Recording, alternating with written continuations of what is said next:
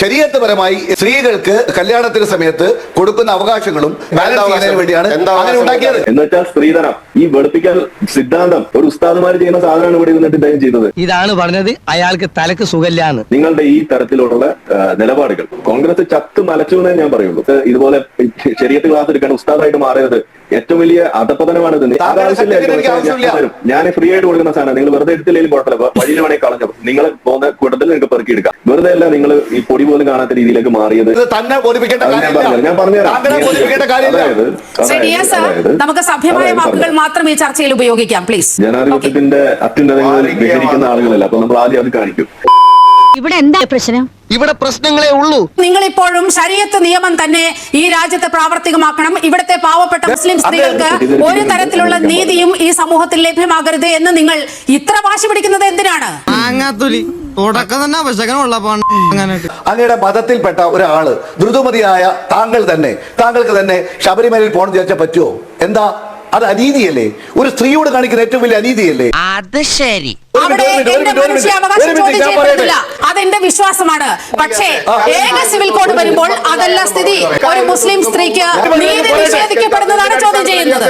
സ്ത്രീ ഞാനത് പറയട്ടെ, നീ ഒന്നും പണയണ്ട. ഡോക്ടർ ആരിഫ് ഹുസൈൻ, ഇവിടെ മതപരമായ വിശ്വാസപരമായ എന്ത് കണ്ടന്റാണ് യുസിസിയിൽ ഉള്ളത്? അല്ല, അത് ശരിയല്ല.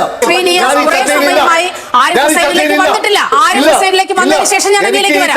മറുപടി പറയാൻ ചോദിച്ച ചോദ്യത്തിന് മറുപടി പറയാൻ അന്ന് തരുന്നില്ലെങ്കിൽ ഞാൻ ഈ ചർച്ചയിലില്ല. സന്തോഷം. അത്ര നിർബന്ധമാണ്. ഞാൻ തരാൻ വണ്ടിക്കൂലി. വേഗം സ്ഥലം വിടും. അങ്ങയുടെ സഹപാനലിസ്റ്റ് ചോദ്യങ്ങൾക്ക് മറുപടി പറയും. അങ്ങനെ പറഞ്ഞു പോകരുത് ശ്രീനിയാസ്.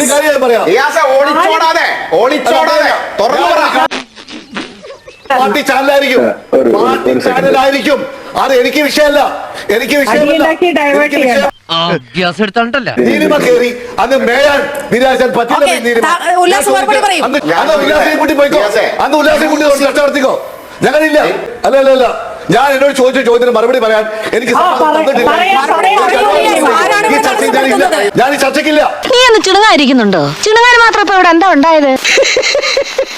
താങ്കൾ ആ മാന്യത കാണിക്കുന്നില്ല. താങ്കൾ ഈ ബിജെപിയോട് മാന്യത കാണിക്കാൻ എല്ലാവർക്കും അങ്ങനെ കഴിയുന്നില്ല. ഞങ്ങളെ വിളിക്കണ്ട. താങ്കൾ മറുപടി പറയൂ. താങ്കൾക്ക് പറയാനുള്ളത് പറഞ്ഞിട്ട് പോകൂ. താങ്കൾ ഇടയിൽ കയറി. ഞാൻ പിൻവാങ്ങി. താങ്കൾ പറയും. മനുഷ്യാവകാശ പ്രകാരം ഒരു ധൃതമതിയായ സ്ത്രീക്ക് ഒരു ക്ഷേത്രത്തിൽ പോകാനുള്ള അവകാശം നിഷേധിക്കുന്നത് എന്തുകൊണ്ടാണ്? മനുഷ്യാവകാശം കൊണ്ടല്ലോ, വിശ്വാസ പ്രമാണം കൊണ്ട്. അതാണ് എല്ലാ മതങ്ങൾക്കും നൽകിയിരിക്കുന്ന അവകാശങ്ങൾ. എത്ര മനോഹരമായ ആചാരങ്ങൾ. എന്റെ വിശ്വാസ പ്രമാണ പ്രകാരം ഞാൻ ഖുർആനിൽ വിശ്വസിക്കുന്നു. ഖുർആനിൽ പറയുന്നത് ശരിയായാലും തെറ്റായാലും അത് അനുസരിച്ച് ജീവിക്കാൻ ഒരു മതപരമായി ജീവിക്കുന്ന ഒരു വ്യക്തിക്ക് അവകാശം ഇന്ത്യയുടെ ഭരണഘടന നൽകുന്നുണ്ട്. ആ ഭരണഘടനയിൽ തൊട്ട് താങ്കൾക്ക് അല്ലെങ്കിൽ താങ്കളുടെ പാർട്ടിക്ക് അങ്ങനെ മുന്നോട്ട് പോകാൻ കഴിയില്ല. ഇതാണ് ഞാൻ പറഞ്ഞത്. അതിനുവേണ്ടി താങ്കൾ എന്താ പറഞ്ഞത്? അത് മനുഷ്യാവകാശം എനിക്കില്ല എന്നാണ്. ഞങ്ങളെല്ലാം പറയാലോ. പ്രിയപ്പെട്ട ഉല്ലാസ് ബാബു, അന്ന് ഈ രാജ്യത്തെ രണ്ട് വിഭാഗങ്ങളെയും കലക്കി ഈ രാജ്യത്ത് കിരാതമായി വർഗീയ സംഘർഷം ഉണ്ടാക്കി മുന്നോട്ട് കൊണ്ടുപോകാൻ കഴിയുന്ന ചതിയൻ ചന്തുവിന്റെ റോളാണ് താങ്കളും താങ്കളുടെ ബിജെപിയും മുന്നോട്ട് പോകുന്നത്. അതെ, മനുഷ്യന്റെ ക്ഷമയ്ക്കൊക്കെ ഒരു അതിരുണ്ട്. പാരമ്പര്യമുള്ള രാഷ്ട്രീയ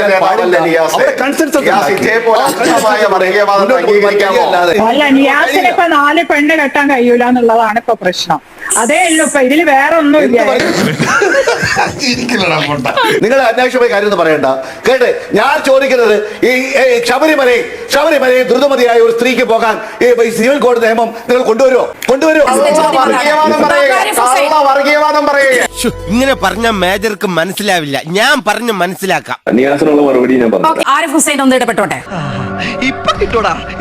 നിയാസ് ഇവിടെ ചെയ്തിട്ടുള്ള കള്ളത്തരങ്ങൾ എന്തൊക്കെയാണെന്ന് ഞാൻ പറഞ്ഞുതരാം. ആർട്ടിക്കിൾ 25 കുറിച്ച് പറഞ്ഞു. അതിൽ ഫ്രീഡം ഓഫ് കോൺഷ്യസ്നെസ് എന്ന് പറഞ്ഞിട്ടൊക്കെ പറയുന്നത് അത് വിശ്വാസം കൊണ്ടു നടക്കാനുള്ള എന്തോ സ്വാതന്ത്ര്യമാണെന്നാണ് പറയുന്നത്. വിശ്വസിക്കാതിരിക്കാനുള്ള സ്വാതന്ത്ര്യം ഉണ്ട് എന്ന് മാത്രമല്ല, കോൺഷ്യസ് എന്ന് പറയുമ്പോൾ അവിടെ വിശ്വാസം എന്നല്ല അർത്ഥം വരുന്നത്, ബോധ്യം എന്നാണ് അതിന്റെ അർത്ഥം വരുന്നത്. അതാണ് ഒന്നാമത്തെ തട്ടിപ്പ്.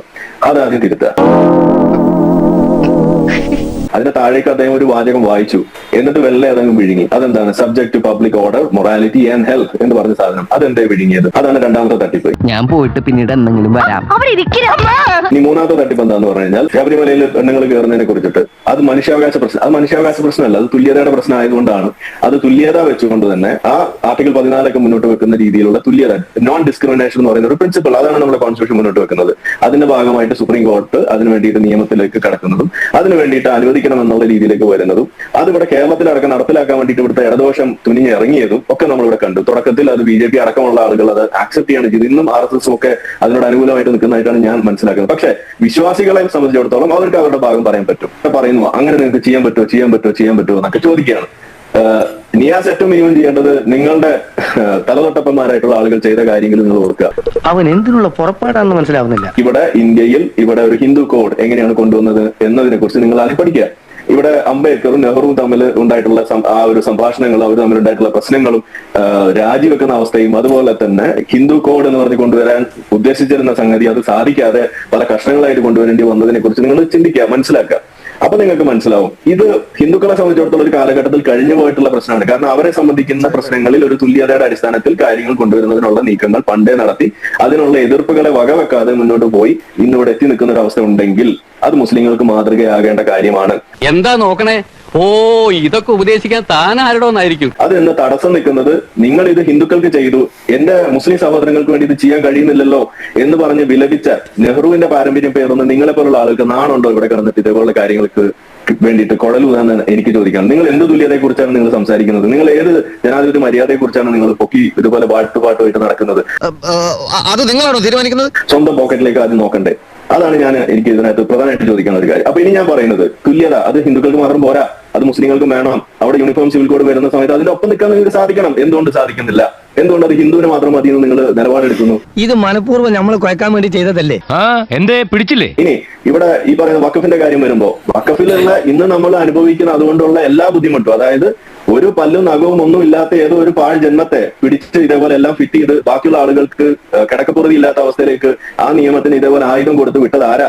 അത് നിങ്ങൾ തന്നെയല്ലേ ഉണ്ടാക്കിയത് കോൺഗ്രസ്, അതിന്റെ വളർത്തിയത് കോൺഗ്രസ്, ഇന്നിപ്പോ കൊമ്പും മുള്ളും വെച്ചു കൊടുത്തത് കോൺഗ്രസ്. എന്നിട്ട് ഇന്ന് അതിന്റെ ബുദ്ധിമുട്ട് അനുവദിക്കുന്ന നാട്ടുകാർ പ്രശ്നമായിട്ട് വരുമ്പോ നിങ്ങൾ അത് ഡിനൈ ചെയ്തുകൊണ്ടിരുന്നിട്ട് എന്താ കാര്യം? അത് ശരിയാ.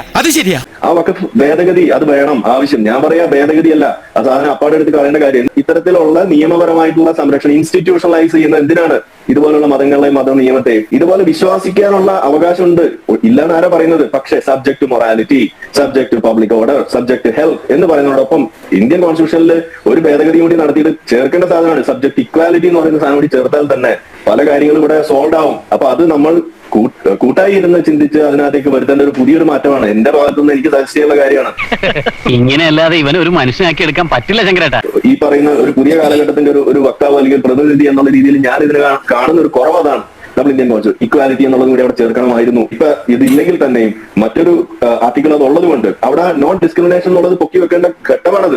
അത് മനസ്സിലാക്കാതെ നിങ്ങൾ ഇതുപോലുള്ള സംഗതികളൊക്കെ വലിയ ആളുകളാണ് എന്ന് സ്വയം നടിച്ചിട്ട് ഇതുപോലുള്ള മണ്ടത്തരങ്ങളും അതുപോലെ തന്നെ തെറ്റിദ്ധരിപ്പിക്കലും, ഒരു ഇംഗ്ലീഷ് വാക്കിന്റെ അർത്ഥം പോലും ഇതുപോലെ ശരിയായ രീതിയിൽ പറയാതെ ആളുകളെ തെറ്റിദ്ധരിപ്പിക്കുന്ന പരിപാടി മനസ്സിലാവാത്ത കാലഘട്ടമല്ല. ഒന്ന് പോവാടാ പോയി തരത്തി പോയി കളിക്കടാ. നിങ്ങൾ അല്ലെങ്കിൽ പറയും കോൺഷ്യസ് എന്ന് പറയുന്നതിന്റെ അർത്ഥം വിശ്വാസമാണെന്ന് നിങ്ങളൊന്ന് കാണിച്ചതാ. അതാണ് എനിക്ക് ചോദിക്കാനുള്ളത്. നിങ്ങളോട് ആവർത്തിച്ച് പറഞ്ഞു വിശ്വാസമല്ല, ബോധ്യമാണ്. അതിൽ മതമുള്ളവനും ഇല്ലാത്തവനും അവന്റെ കാര്യങ്ങൾക്ക് അനുസരിച്ച് ജീവിക്കാനുള്ള അവകാശമുണ്ട്. അതോടൊപ്പം തന്നെ സബ്ജക്ട് പബ്ലിക് മൊറാലിറ്റി ഓർഡർ എന്നൊക്കെ പറഞ്ഞ സാധനം എന്തുകൊണ്ട് നിങ്ങൾ വിഴുങ്ങി? ഇതൊരു നടക്ക് പോണ മാതിരില്ല.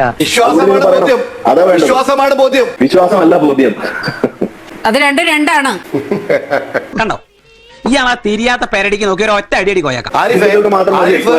ഇസ്ലാം മതത്തിൽ നിന്ന് പോയതുകൊണ്ട് ഇസ്ലാം മതം എല്ലാം കുഴപ്പമാണ് എന്ന് ധരിക്കാൻ നിങ്ങൾക്ക് അവസരം ഉണ്ടാക്കുകയാണെങ്കിൽ അത് പോയി ഇസ്ലാം മതത്തിന്റെ പവിത്രത അങ്ങനെ പഠിപ്പിക്കേണ്ട കാര്യമില്ല. അത്രക്കായല്ലേ? ഇസ്ലാമിക നിയമപ്രകാരം മുസ്ലിം സ്ത്രീക്ക് പുരുഷന്റെ സ്വത്തിന്റെ തുല്യ അവകാശം ഉണ്ടോ ഇല്ലേ? നിങ്ങളൊന്ന് പറഞ്ഞാട്ടെ. ഇല്ല. അതേപോലെ തന്നെ മക്കത്തായ സിസ്റ്റത്തിലും ഒരേ തുല്യനീതിയാണോ? ഇതാണോ ജനാധിപത്യം? ഞാൻ ചോദിച്ചതിന് മറുപടി പറയൂ. ഹൈന്ദവ കമ്മ്യൂണിറ്റിയുടെ സ്വത്തവകാശം ഒരേപോലെയാണോ? സംശയമുള്ളത് ഞാൻ ചോദിക്കുന്നത്. യൂണിഫോം സിവിൽ കോഡ് അതിനെ പരിഹരിക്കാനല്ലേ ശ്രമിക്കുന്നത്? നിന്റെ സോക്കേട് എനിക്ക് ആദ്യമേ മനസ്സിലായി. നിയമപരമായി ശരീഅത്ത് പരമായി എന്തുകൊണ്ട് അങ്ങനെ കൊടുക്കുന്നു എന്ന് പറഞ്ഞാൽ സ്ത്രീകൾക്ക് കല്യാണത്തിന് സമയത്ത് കൊടുക്കുന്ന അവകാശങ്ങളും സ്ത്രീക്ക് പുരുഷന്റെ സ്വത്തവകാശത്തിൽ പങ്കുള്ളത് കൊണ്ടും ആ ഒരു അതല്ല ഉദ്ദേശം. മക്കത്തായ സിസ്റ്റവും മരുമക്കത്തായ സിസ്റ്റവും രണ്ടും ഒന്നാണോ? ആ മക്കത്തായ സിസ്റ്റം പ്രകാരം ആ പെൺകുട്ടിക്ക് കിട്ടുന്നതും മരുമക്കത്തായ സിസ്റ്റം പ്രകാരം ഒരേ ശതമാനമാണോ? നിങ്ങൾ വളരെ മോശമായിട്ടാണ് ഇപ്പൊ കാര്യങ്ങൾ പറഞ്ഞത്. ഞാൻ അല്പം മോശം ഭാഷ സംസാരിക്കുന്ന മക്കത്തായ മരുമക്കത്തായ പറയൂ, മറുപടി പറയൂ. താങ്കൾ അഭിഭാഷകരാണെന്നാണ് ഞാൻ മനസ്സിലാക്കുന്നത്. ശരീഅത്ത് നിയമത്തിൽ അധിഷ്ഠിതമായാണ് അദ്ദേഹം സംസാരിക്കുന്നത് എന്നാണ് എനിക്ക് മനസ്സിലാക്കുന്നത്. മാത്രമല്ല അദ്ദേഹം കോൺഗ്രസിനെ പ്രതിനിധീകരിക്കുന്നു എന്നാണ് പറയുന്നത്. എന്തോ മൂപ്പരെ കണ്ണും മോറും കണ്ടിട്ട് എനിക്കൊരു പിടുത്തം കിട്ടുന്നില്ല. എന്ത് പിടുത്തം കിട്ടുന്നില്ല? ഒരു വിശ്വാസം വരില്ല. അതാണ് നമ്മളുടെ സമൂഹത്തിന് സംഭവിച്ചിരിക്കുന്നത്. നമ്മുടെ രാഷ്ട്രീയ മേഖലയ്ക്ക് സംഭവിച്ചിട്ട് ഏറ്റവും വലിയ ജീർണതയുടെ ഒരു മുഖമാണ് സത്യത്തിൽ ഇന്ന് ഇവിടെ നിയാസിന്റെ രൂപത്തിൽ വന്നിരിക്കുന്നത്. ഞാൻ പറയുള്ളൂ, കോൺഗ്രസ് എന്ന് പറയുന്ന പാർട്ടി ഒരു കാലത്ത് ഇവിടെ പ്രതിനിധീകരിച്ചത് എന്തിനെയായിരുന്നു? നമ്മളുടെ ഇന്ത്യയുടെ ആ രാഷ്ട്രീയ മേഖലയുടെ ആ ഒരു സെക്യുലറിസത്തിന്റെയും അല്ലെങ്കിൽ നെഹ്റൂവിയൻ സെക്യുലറിസം എന്നൊക്കെ നമ്മൾ പറയാറുള്ള സംഗതിയുടെ മുഖമായി നിൽക്കുന്ന ആ കോൺഗ്രസിന്റെ വക്താവ് ഇവിടെ ഇരുന്ന് സംസാരിക്കുന്നത് മുഴുവൻ ഈ പറയുന്ന ശരീരത്തിന് വേണ്ടിയിട്ടാണെന്ന് വരുന്നവർക്ക് തന്നെ ഇത് മരിച്ചു കഴിഞ്ഞു. കോൺഗ്രസ് ചത്ത് മലച്ചു എന്നേ ഞാൻ പറയുള്ളൂ. അലമ്പായി പോയി സാറേ, ഭയങ്കര അലമ്പായി പോയി. ഇദ്ദേഹം ഇവിടെ ഇരുന്ന് പറയുന്നു, മരുമക്കത്തായത്തിന്റെ കാര്യം പറയുന്നു. അതായത് ഒരു സമൂഹത്തെ മൊത്തം എടുത്തു കഴിഞ്ഞാൽ എത്ര ശതമാനം ആളുകൾ മരുമക്കത്തായത്തിന്റെ പിടിയിൽ വരും? നിങ്ങളൊന്ന് പറയൂ. ഇനി അഥവാ അങ്ങനെ ഉണ്ടെങ്കിൽ തന്നെ യൂണിഫോം സിവിൽ കോഡിലൂടെ അതിനെ പരിഹരിക്കാനല്ലേ ശ്രമിക്കുന്നത്? മുസ്ലിം വ്യക്തികളുടെ വിഷയത്തിലേക്ക് വരുമ്പോൾ യൂണിഫോം സിവിൽ കോഡ് അഡ്രസ് ചെയ്യുന്ന വിഷയം എടുത്തു കഴിയുമ്പോൾ അതിൽ അഡ്രസ് ചെയ്യുന്ന ഈ സ്വത്തവകാശത്തിന്റെ വിഷയം എന്ന് പറയുന്നത് മരുമക്കത്തായം എന്ന് പറയുന്ന ഒരു ചെറിയ ശതമാനത്തിൽ ഒതുങ്ങി നിൽക്കുന്ന പോലത്തെ ഒരു വിഷയമാണോ? ഇത് എന്ത് കമ്പാരിസൺ ആണ്? നിങ്ങൾ എന്താ ഈ ആട് മാനയും തമ്മിലുള്ള വ്യത്യാസം എന്നൊക്കെ അജഗജാന്തരം എന്ന് കേട്ടിട്ടുണ്ടാവും. നിയാസ് കേട്ടില്ലെങ്കിൽ പറയാണ്.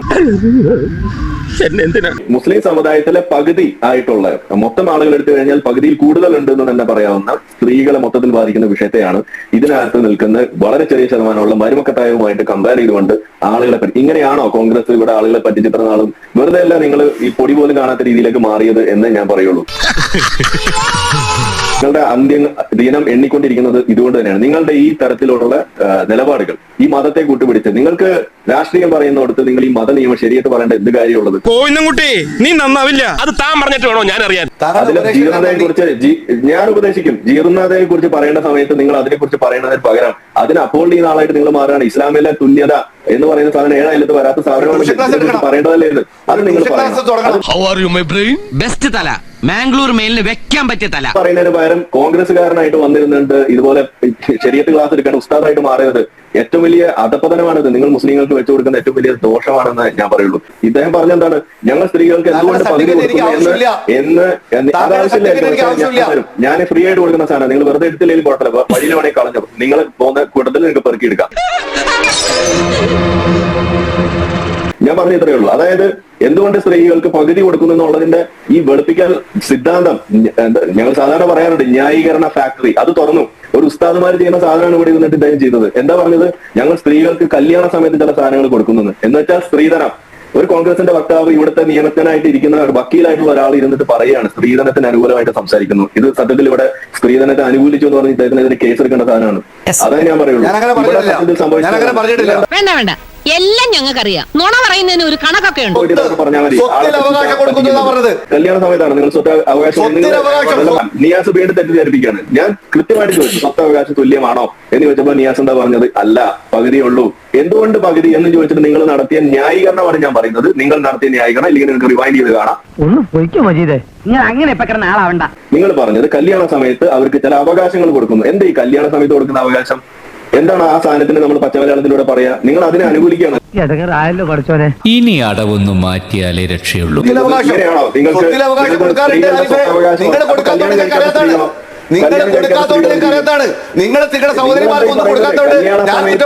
എന്ത് കൊടുക്കുമെന്നായി പറയുന്നത്?